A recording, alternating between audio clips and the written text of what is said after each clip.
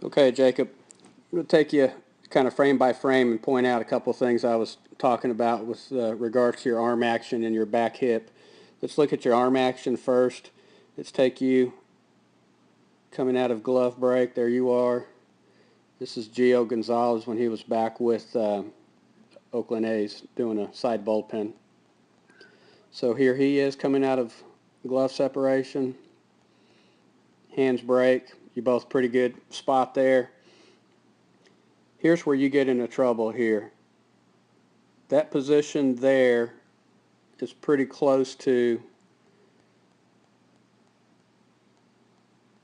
Gio's position there. The difference is if I keep going frame by frame with Gio, what you'll see is his shoulder now will roll his arm into the high arm cock position right there without his elbow getting into too much trouble, which what you're looking for is that the elbow never gets above the shoulder.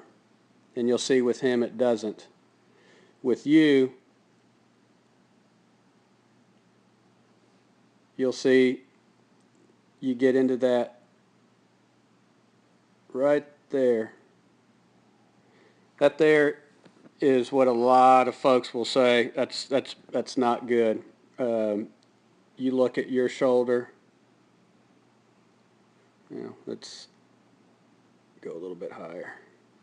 There's your shoulder parallel to the ground, and you'll see your elbows quite a bit higher.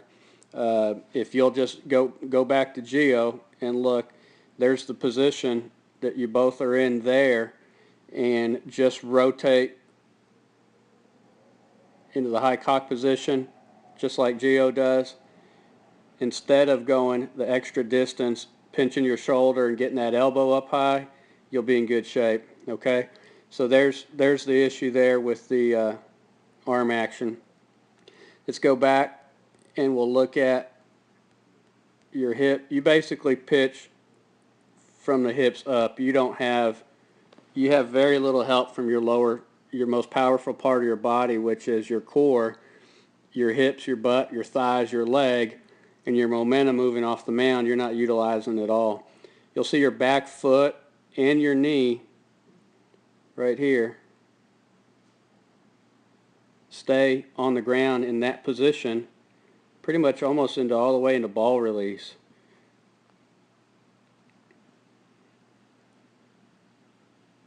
Still sideways. So all your back leg does is just straightens out. Your front hip opens up in that direction. And with Gio, you'll see, watch for his knee going this direction as he's about to rotate his back hip against a stable front hip. So here he goes. His back hip is turning pretty aggressively right here. You'll see he gets onto his back toe. His back knee is coming down towards the ground because it's a result of his hip rotating. It gets on that toe back here. And all of that energy now, he's got pretty good hip to shoulder separation. His back hip has gone hard around that front stable side while his shoulders are still back. All of that is what they call stored or elastic energy. And that travels up through the hips, into the torso, and finally into ball release. And so he got all of that energy into ball release. You basically you get to here. Your arm does get good layback there, but it's all you got no momentum and no strength from the lower half of your body. You have strength in the lower half, you're just not using it. Eventually, at this point, you come off the ground, but you can even still see in this position, look at how his back hip has now closed distance with his front hip because it rotated, and you still got quite a bit of length to your hip there. You haven't really turned. Your back hip is still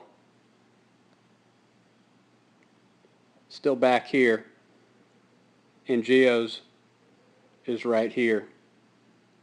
Okay, so really what you need to do is try to, similar to hitting, try to be real aggressive right before front foot strike. You can see Gio's foot about to come down.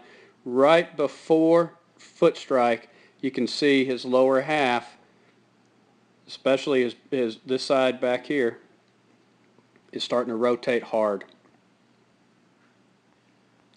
Yours just gets long. Okay, stride length does not mean we don't use our back hip. A lot of people get the false sense of a long stride creates power.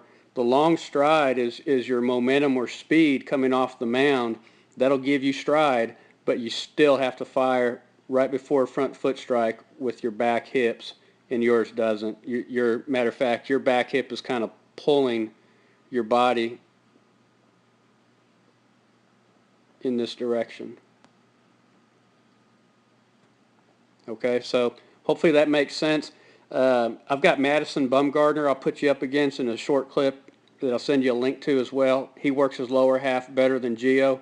I wanted to use Gio because the arm action was the same, and you could see how potentially you could go from the same position where you had the ball down here, similar to Gio does, and from there just rotate into this position instead of pinching and getting up to here.